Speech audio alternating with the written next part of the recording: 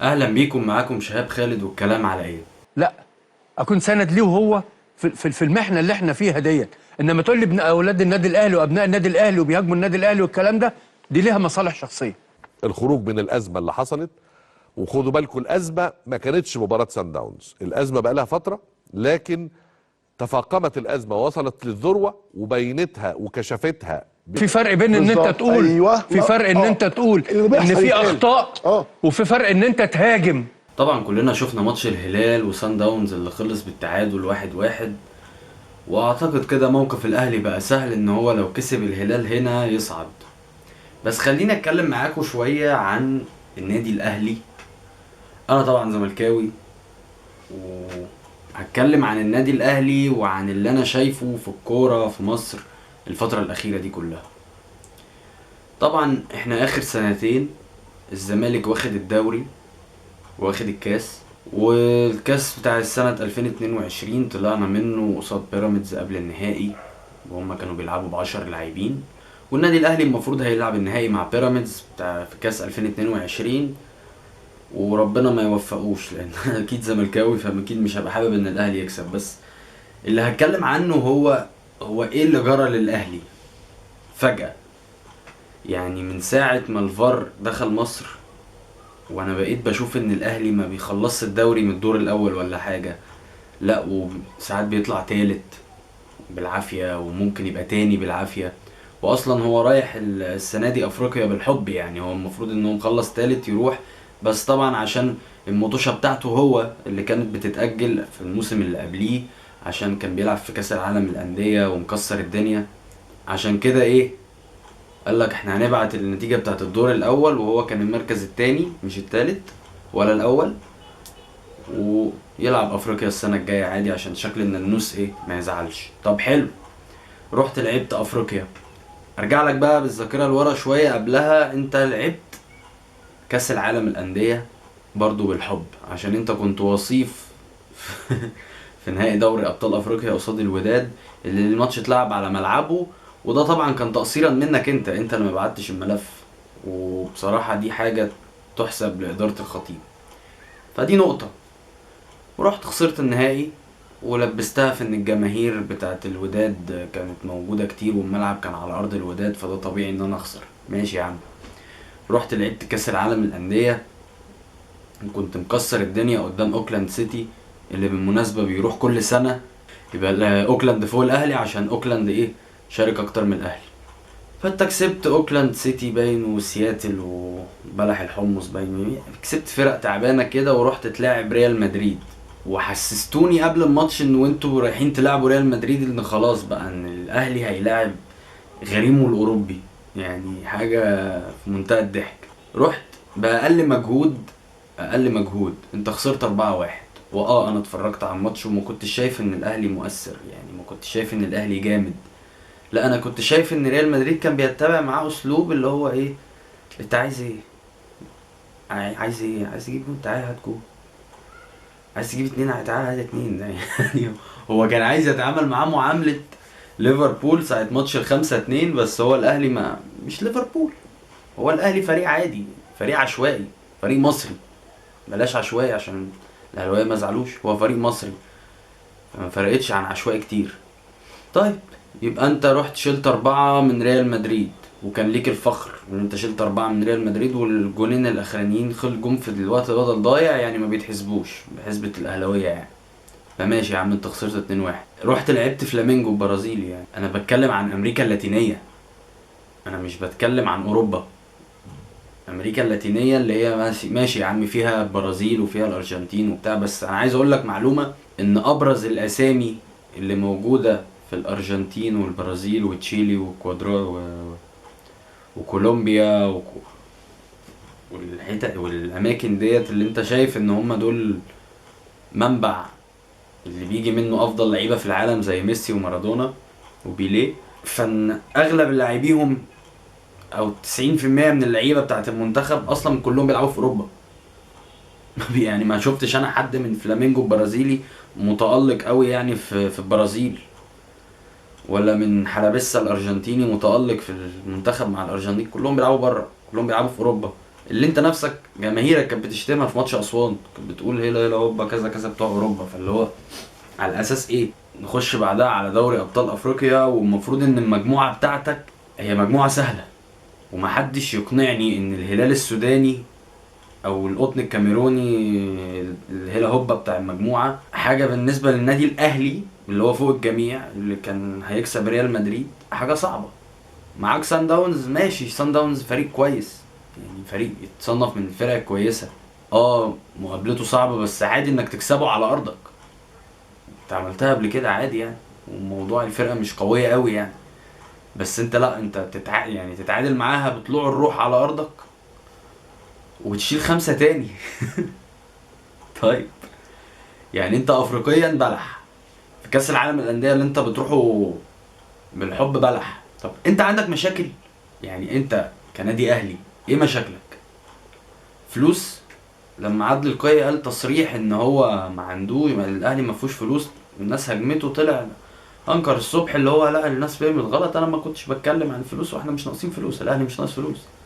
طب يا عم ما عندكش مشاكل ماديه، مشاكل اداريه؟ يعني انت عندك رئيس نادي ما فيش زيه بالنسبه للنادي الاهلي، اسطورتكم او اسطوره مصر زي ما انتوا بتقولوا، مش عارف على اساس ايه مش عامل معاكوا حاجه.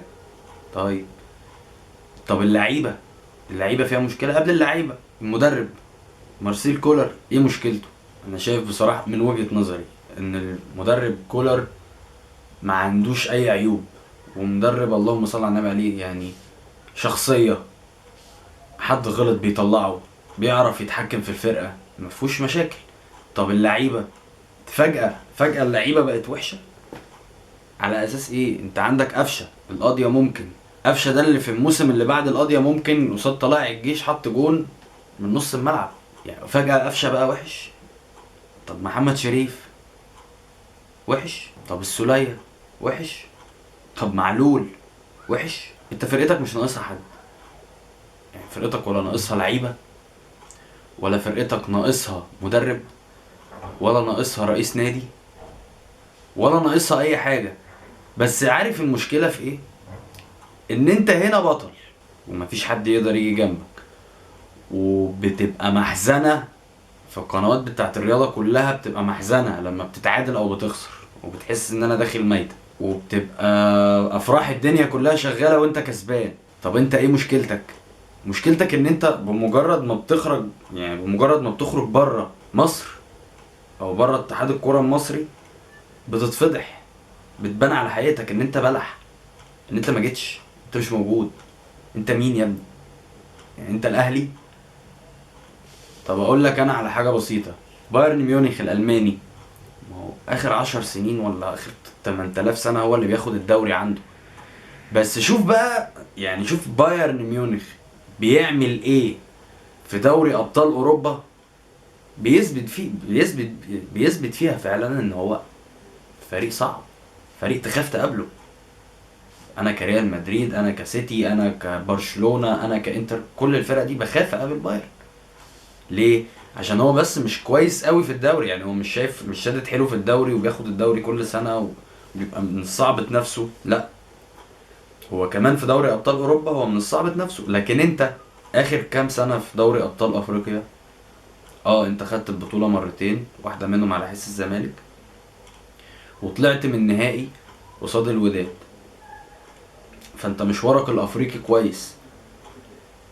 لكن انت بقالك سنتين ما بتاخدش الدوري في مصر، فجيت تركز في افريقيا، فالدنيا باظت منك. فانت عشان تعرف تبقى مركز في افريقيا لازم تبقى مريح دماغك في الدوري هنا في مصر، فخلاص نطبل لك شويه وتكسب وتبقى متصدر بفرق حبه حلوين، ومفيش حد قدك في الدنيا، وبتكسب مطوشه. فعليا انا المطوشه اللي بتفرج عليها للاهلي في الدوري المصري بحس ان انا قرفان. ليه قرفان؟ لان انا شايف 11 لاعب في الاهلي ومعاهم واحد زياده بيحكم، يعني هو بيشوف بشتى الطرق ازاي الاهلي ممكن يكسب قصاد اي فريق، ما عدا طبعا الزمالك وبيراميدز يعني مش هكلمك على الزمالك وبيراميدز وفيوتشر ممكن، لان دي فرق بتتصنف فرق كبيره، وانا شايف ان مفيش ولا فرقه من الفرق دي كبيره، يعني شايف الفرق كلها يعتبر مستوى واحد، نفس المستوى، مفيش اي اختلاف. لكن انت لما بتيجي تلعب مثلا اسوان ما بتبقاش هي اسوان، لما بتيجي تلعب طلائع الجيش ما بتبقاش هي طلائع الجيش. بس عادي لما تلعب الداخليه وهي ب10 لعيبه تتعادل معاك، عشان ده مستواك، ده انت ما عندكش لعيبه وحشه، انت عندك لعيبه بتاخد بالملايين، واللعيبه المفروض السجل بتاعها كويس. كان عندك واحد زي حسام حسن، انت الضغط الجماهيري اللي عملته عليه خليته يمشي تاني يرجع على سموحه وبقى هداف في سموحه. واحد زي مصطفى سعد ميسي دوت، انا ما شفتوش اصلا، يعني انا عرفت ان الاهلي جاب واحد وبعدين فجاه بشوفه بيلعب في الاتحاد، باين انا ما اعرفش بيلعب فين. طيب واحد زي برونو سافيو برازيلي واسمر برقصه صامبا اللي انت جبته، لا هو جاب جون بس ايه بغلطه عبد الغني بيه في السوبر المصري وما شفناهوش. ليه ما شفناهوش؟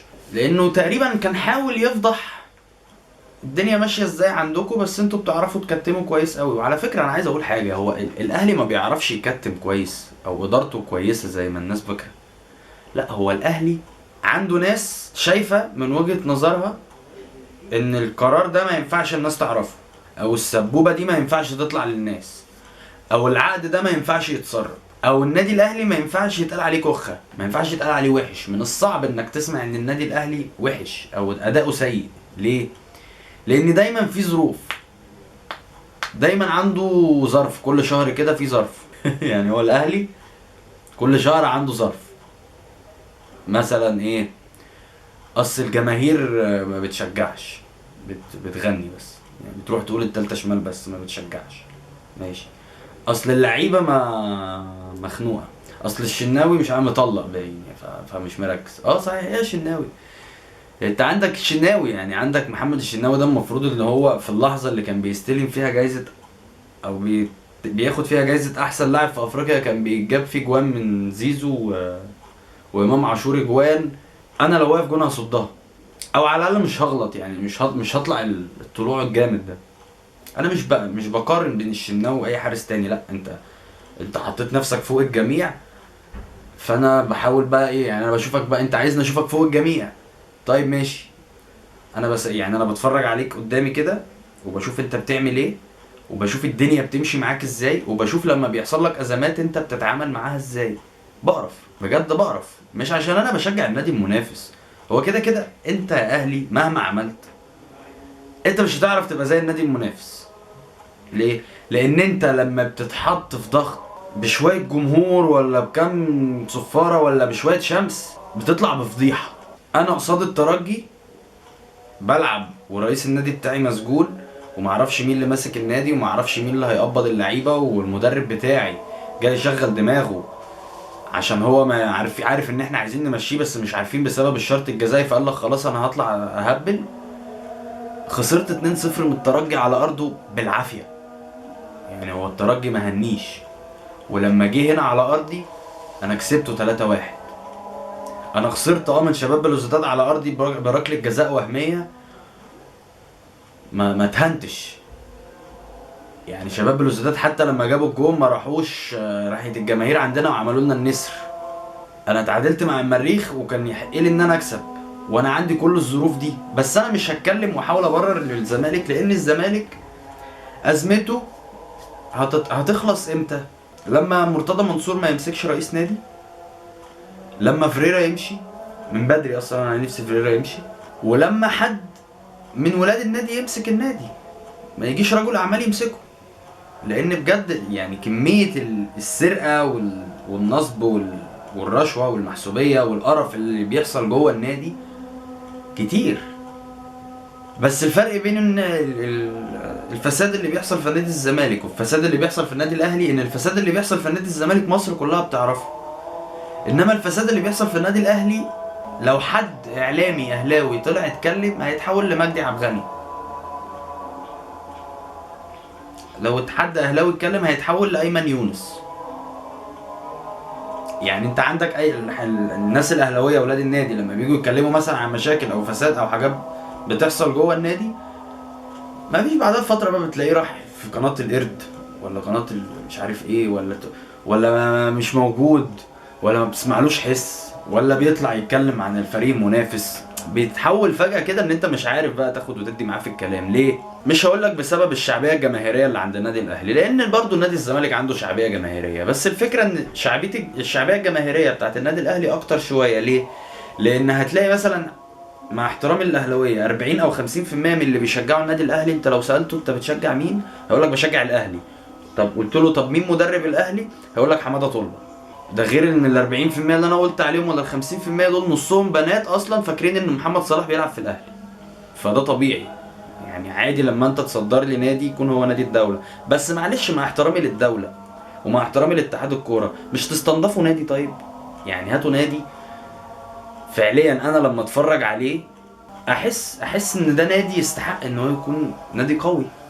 يعني مثلا لو الاهلي هو الاهلي بتاع مانويل جوزيه، وفي الاسامي زي ابو تريكه وسيد معوض وبركات ووائل جمعه والاسامي الحلوه دي، ساعتها لا انا احب اتفرج على النادي الاهلي ايا كان بقى الحكام بتعمل له ومش بتعمل له. بس هو برضو كان ساعتها كان فرقه، كان في كوره. انما انت حاليا انت ما عندكش كوره، انت في مصر ما عندكش كوره ولا هيبقى عندك كوره. لان انت لو جينا نبص مع بعض مثلا على بطولة افريقيا للشباب اللي هي الاخيرة ديت، انت البطولة على ارضك وبين وسط اهلك وجمهورك، وانت طالع مش حصلت المجموعة. انت ما عملتش مستوى يقدمه يعني مع احترام البوركينا فاسو. انت لو بصيت على القيمة التسويقية للمنتخبات دي هتلاقي ان انت الناس اللي انت بتخسر منهم انت فارق عنهم باجيال، انت فارق عنهم بكتير قوي. انت عندك مفيش كوره في الاهلي ولا في الزمالك، وحتى الفرق التانية انت ما اعتقدش ان حد مننا ممكن يفتح يتفرج على ماتش غزل المحله وانبي مثلا. يعني ما حدش هيتفرج على الماتشة دي. ليه؟ عشان الفرق دي هم كومبارسات للاهلي والزمالك. بس على حسب بقى المود، على حسب المزاج العام، اتحاد كوره عايز يظبط مين، وفي اغلب الاوقات بيبقى عايز يظبط الاهلي. فماشي يا عم، احنا بقالنا سنتين الزمالك بياخد الدوري، لا الدنيا كده اتشقلب حالها، فما بقاش في كوره بقى عدله في مصر. فابدا بقى خنق في نادي الزمالك، ما بقاش في بني ادمين يعرفوا يشتغلوا بما يرضي الله في المجال الرياضي في مصر. خلاص بقت دي الحياه، خلاص بقت دي الكوره. بقينا لازم كل ما نحاول نحس ان احنا ممكن يعني ممكن يبقى في عندنا لعيبه حد مثلا زي محمد صلاح، ولا حد زي مصطفى محمد، ولا حد زي تريزيجيه، ولا حد زي طارق حامد، ولا يعني لما نحس ان احنا عندنا لعيبه كوره كده كويسه، لازم نيجي كده فتره سودة علينا. عشان مثلا طب ايه السبب؟ يعني عشان الزمالك خد 2 دوري ورا بعض، هو ده السبب اللي انتوا خليتوا خلاص ما بقاش في كوره في مصر؟ طب يا جماعه هو الاهلي وحش؟ الاهلي سيء، والاهلي نادي عادي زيه زي اي نادي في الدوري المصري، والفرق كلها شبه بعض. بس في فرق بين فرق بيتخدم عليها وفرق لا. النادي الاهلي اكتر نادي بيتخدم عليه، ونادي الزمالك بيتخدم عليه تحكيميا، انا مش هنكر، بس قصاد الفرق الضعيفه دي حقيقه انا مش راضي عنها. ففين الحلول؟ مفيش حلول للكوره في مصر خلاص. يعني هي دي النهايه، دي نهايه الكوره المصريه. انا مضطر اعيش اللي جاي من عمري كله بتفرج على القرف ده. انا مضطر اعيش اللي جاي من عمري كله بتفرج على الاهلي وهو بياخد بطولات ما يستحقهاش. بتفرج على الاهلي وهو بيتنسب له فضل على حساب ناس كتير جدا هو ما يستحقش الفضل ده. سيبك من الزمالك، انا بتكلم على الاهلي نفسه. النادي الاهلي بقى لعنه في مصر، بقى لعنه للكره في مصر عامه. انت لما تيجي تبص على قائمه المنتخب، انا لما بشوف فعليا لعيبه من النادي الاهلي اللي هي فعليا ما بتقدمش اي حاجه خالص موجوده في القائمه، بتخنق. مش عشان حاجه، يعني انا اصلا من الناس اللي مش عايز زيزو يروح المنتخب، ومش عايز زيزو يلعب اساسي. لان في انواع لعيبه، انت لو شايف زيزو نجم وانا شايف زيزو نجم، بمجرد ما بيركبها الغرور لازم تتقرص. ليه لازم تتقرص؟ لان حتى لو انت كويس فانت مفتقد لحاجه مهمه جدا، الضمير. ليه؟ انا لو عندي شغل هعمله بضمير. فانت يا عم زيزو لما تيجي تلعب وتقعد تفنن وتقعد ترقص وتعمل، على فكره شيكابالا كان بيعمل نفس اللي انت بتعمله، بس على الاقل شيكابالا فضل محافظ على الزمالك لمده تقريبا 5-6 سنين. يعني فضل محافظ، يعني كان هو الزمالك يعتبر شيكابالا. فانت مش هتعرف تبقى نجم وانت ماشي بالاسلوب ده. مش هتعرف وانت نجم وانت مالكش كلمه في الملعب. انت مش بتلعب لوحدك. واحد من كباتن نادي الزمالك زي الونش، انت في ماتش شباب بلوزداد لا كان لازم تتكلم، كان لازم تزعق، كان لازم. انا ما حسيتش ان الزمالك بيلعب الماتش، بس انا مش هعرف اتكلم على الزمالك زي، يعني مش هعرف اتكلم على الزمالك زي الاهلي، لان انا كل ما هاجي اتكلم على الزمالك هلاقي عنده مشاكل. لكن لو جيت ابص على الازمه في النادي الاهلي هيقول لي ازمه ايه؟ احنا الاهلي ما عندوش ازمه حضرتك. هو انت اي حاجه ليها علاقه بالاهلي، هو الاهلي ما عندوش ازمه. هو الاهلي بيفوق بقاله 3 سنين بيفوق، بنحاول نفوقه. راح المغرب ما رجعش. يا عم الفولت، يا عم كهربا الفولت، التمثيليه دي اخرتها ايه؟ هتدفع الغرامه كده كده، مش فارقه بالنسبه لي بقى هتدفعها دلوقتي ولا هتدفعها بعدين. بس يعني ما اعتقدش ما فيش حد في مصر ما شافش الفيديو بتاع كهربا وهو بيشتم او وهو بيردد مع جماهير الاهلي شتايم لنادي الزمالك وجماهيره.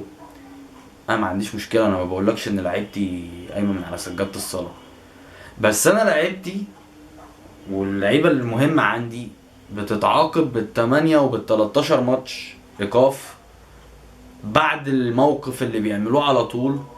انما انت النادي الاهلي لا، هو اصل هو كده كده هيتوقف، فايه المشكله يعني؟ ما تخليه ماتشين 3 دول. فاللي هو ده اشمعنى يعني؟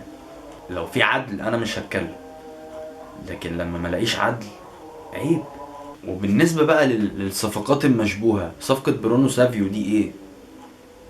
لعيب ما يعني جايب العمله الصعبه وحاجه مش من السهل انه يتجاب. وعلى فكره احنا عندنا زي ما عند الاهلي، بس انا ما بسمعش حد بيتكلم على الاهلي، ما هي دي المشكله.